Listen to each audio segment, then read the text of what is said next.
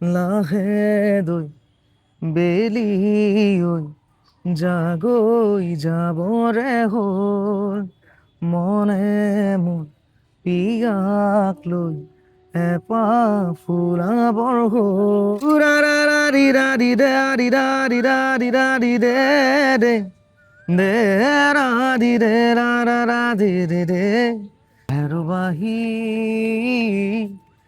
তোক বৰ ভাল পাওঁ দেহি মোৰ বাহি তোক বৰ ভাল পাওঁ দেহি মোৰ মন দুচকুত অসহায় কৰ্ষৰে মোৰ স্পৰ্শৰ বলাকাত মাতি অনা উদ্দেশ্য হ'ল তুমি অকণ ওচৰলৈ আহা হয়। ওচৰলৈ আহা এইজন ৰহিম ৰাজত বৰ্তমান এগৰাকী বিশেষ ব্যক্তি আছে আৰু সেই বিশেষ ব্যক্তিগৰাকীক মই পৰিচয় কৰাই নিদিওঁ তেওঁ নিজে পৰিচয় দিব যিটো গীতৰ জৰিয়তে যিটো জুবিন গাৰ্গৰ হামিঙৰ জৰিয়তে এই ব্যক্তিজন এই ল'ৰাজন সামাজিক মাধ্যমত আপোনাৰ মোবাইলে ঘূৰি আছিলে প্ৰথমতে মই সেই হামিংটো এবাৰ শুনিব বিচাৰিছোঁ অ'কে বাৰু এইটো হাৰ্মিং আছিল জুবিনদাৰ জানকী চিনেমান গীতটি অকণমান গাই দিছোঁ এতিয়া মাত বেয়া হৈ আছে আৰু ৰা ৰা ৰা ৰি ৰা ৰি দে ৰি ৰা ৰি ৰা ৰি ৰা ৰি দে দে দে ৰা ৰি দে ৰা ৰা ৰা দে দে দে দে ৰা ৰি ৰা ৰি ৰা ৰি ৰা ৰি ৰা ৰি ৰা ৰি ৰা ৰি দে দে দে ৰা ৰি দে ৰা ৰা ৰা দে দে দে বহুত ধুনীয়া বৰ ভাল লাগিছে শুনি আচলতে মই মোবাইল যেতিয়া ৰাতি বিচনাত বহি মই এনেকৈ কণ্টেণ্টবিলাক চাই থাকোঁ বা মোৰ দৰে বেলেগেও চাই মই চাই থাকোঁতে তোমাৰ এই ভইচটো যেতিয়া শুনিলোঁ সঁচাকৈ মোৰ বহুত ভাল লাগিছিলে আৰু মই তোমাৰ পৰা জানিব এইকাৰণে বিচাৰিছোঁ মই তোমাক বোকাৰ পদুম বুলি অভিহিত কৰিছোঁ এইটো কাৰণে কৈছোঁ আমি কিছুমান মানুহ আজি আমি দেখি আছোঁ অসমত কিছুমান মানুহ হয়তো ভাল গীত নাগালেও তেওঁলোকে সামাজিক মাধ্যম বা তেওঁলোকে ভাইৰেল হৈছে কিন্তু যি বোকাৰ পদুম যি ভাল গীত গাব জানে সেইসকলক আপোনালোকৰ মাজলৈ সকলোৰে মাজলৈ অনাৰ দায়িত্ব আমাৰ প্ৰতিজন নাগৰিকৰে সেইটো কাৰণে তোমাৰ কাষলৈ আহিছোঁ তোমাৰ নামটো ৰহিম ৰাজ ৰহিম ৰাজে কেতিয়াৰ পৰা গীত গাবলৈ আৰম্ভ কৰিলা মই গীত গাবলৈ আৰম্ভ কৰিলোঁ সৰুৰ পৰাই নিচা হৈছিল এটা 2014 পৰা মই গীত লাহে লাহে আৰম্ভ কৰিছিলোঁ কিন্তু 2017-16 মানৰ পৰা মই গীত অকণমান গীতৰ ফালে বেছি ধাউতিত আহিল গীত গোৱাৰ ফালে তেনেকুৱা আৰু আগত মই গীটাৰ বজাইছিলোঁ তেতিয়াও গীটাৰ বজাওঁ এতিয়াও বজাওঁ কিন্তু এতিয়া আৰু বিশেষকৈ গীততে মানে সংগীততে দিছোঁ গীত গোৱাৰ তুমি জুবিন গাৰ্গক লগ পাইছিলানে কেতিয়াবা নাই পোৱা নাই জুবিন গাৰ্গক লগ পাবলৈ চেষ্টা কৰিছিলা কৰিছিলোঁ 4-5 বাৰমান লগৰ বন্ধুৰ লগত আহিছিলোঁ বহুবাৰ দাদাৰ খাৰঘুলি ঘৰতো আহিছোঁ দাদাৰ ষ্টুডিঅ'তো আহিছোঁ তেনেকুৱা তাৰপিছত তুমি খাৰঘুলিত আহোঁতে কি জুবিন দা নাছিল নেকি তেতিয়া আছিল দাদাই খাৰঘুলি ঘৰতে আহিছিল কিন্তু মই আহিছিলোঁ জন্মদিনৰ দিনা দাদাই জন্মদিনৰ দিনা অত্যন্ত ব্যস্ত থাকে বেলেগত ঘূৰি থাকে তেনেকুৱা আৰু সেইকাৰণে লগ নাপালোঁ তুমি কি জুবিন ফেন নে জুবিনৰ মানে জুবিন গাৰ্গক তুমি ভাল পোৱা নে কেনেধৰণৰ তুমি আচলতে সেইটো প্ৰকাশ কৰাৰ কাৰণে নিজৰে অকণমান অসুবিধা হয় জুবিন ফেন বুলিও ক'ব পাৰি জুবিন বলিয়া বুলিও ক'ব পাৰি তেনেকুৱা আৰু আচ্ছা মই কথা পাতি থাকিম আমাৰ পিছফালে এয়া দেখিছে উমানন্দ আৰু এনেকুৱা এটা প্ৰাকৃতিক সৌন্দৰ্যৰ মাজত মই আজি ৰহিম ৰাজক লৈ আনিছোঁ আমাৰ জুবিন দায়ো প্ৰাকৃতিক সৌন্দৰ্য ভাল পাইছিলে সেইটো কাৰণে ৰহিম ৰাজক কৈছোঁ এনেকুৱা প্ৰাকৃতিক সৌন্দৰ্যৰ মাজলৈ যাম আমি আৰু আমি গীত শুনিম আৰু এটা গীত শুনিব বিচাৰিছোঁ এইবাৰ এটি গীত গাইছোঁ বহুদিন গীতটো গোৱা নাই ক্ষমা কৰিব কিয় ভুল হৈ গ'লে মোৰ মনত পৰে হঠাৎ দাদাৰ বহুত ধুনীয়া গীত হেৰুবাহি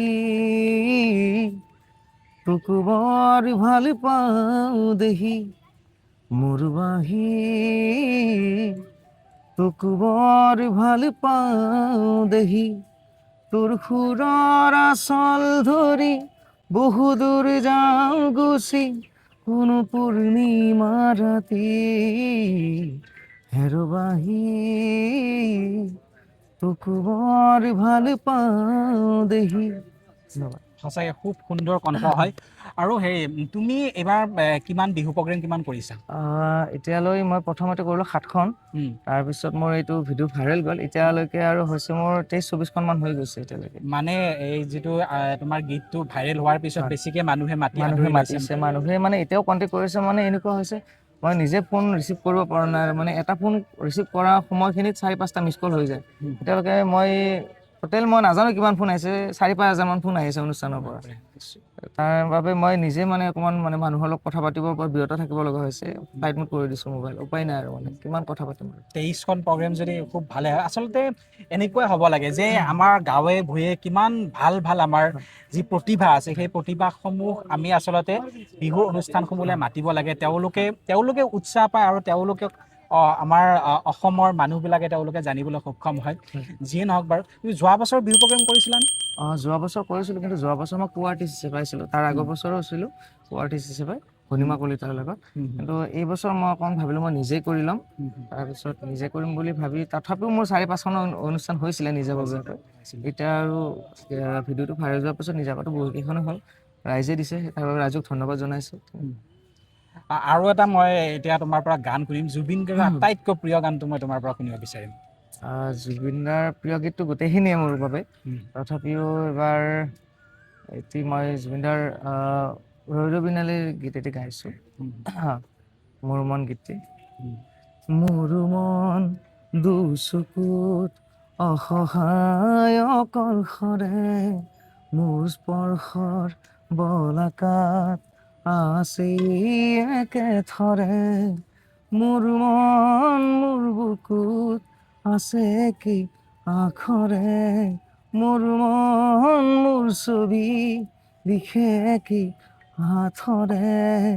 মোৰ মন দুচকুত অসহায় অকলশৰে। ধন্যবাদ। সঁচাকে এইবিলাকহে আচলতে ভাইৰেল হ'ব লাগে সামাজিক মাধ্যমত। আৰু মই বেছি কথা তোমাৰ লগত নাপাতো। তুমি জুবিন গাৰ্গৰ বাহিৰে বেলেগ কাৰোবাৰ গীত গোৱা নে নাই? গাওঁ, ধৰি লওক মই ভূপেন হাজৰিকাদেৱৰো গাওঁ, তাৰপিছত পাপন দাৰো গাওঁ, তেনেকুৱা গাওঁ আৰু যিসকল আমাৰ স্বনামধন্য শিল্পী আছে গাওঁ, সকলোৰে গাওঁ। কিন্তু জুবিন দাৰ গাই বেছি ভাল পাওঁ অকণমান, নিজৰ এটা মনৰ পৰা ফিল এটা আহে তেনেকুৱা। আৰু জুবিন গাৰ্গৰ গীত গোৱাৰ পিছতে আচলতে তোমাক মানুহে বেছি আদৰি লোৱা দেখা গ'ল। হঠাৎ বেছি তুমি মানুহৰ মাজলৈ আহি গ'লা। আৰু তুমি আনুষ্ঠানিক শিক্ষা লৈছিলা নেকি? মোৰ সংগীতৰ গীটাৰত লৈছিলোঁ আনুষ্ঠানিক শিক্ষা, কিন্তু মই এজ এ ভোকেল হিচাপত মই লোৱা নাই আনুষ্ঠানিক শিক্ষা।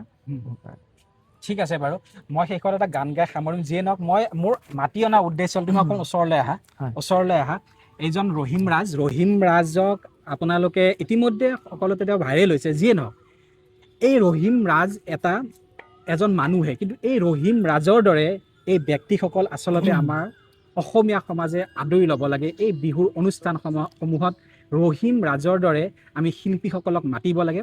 তেতিয়াহে আমাৰ গীতো শুনি ভাল লাগিব, লগতে আমাৰ যি এক প্ৰকৃত যি শিল্পী আছে তেওঁলোকক মৰ্যাদা দিয়াও হ'ব।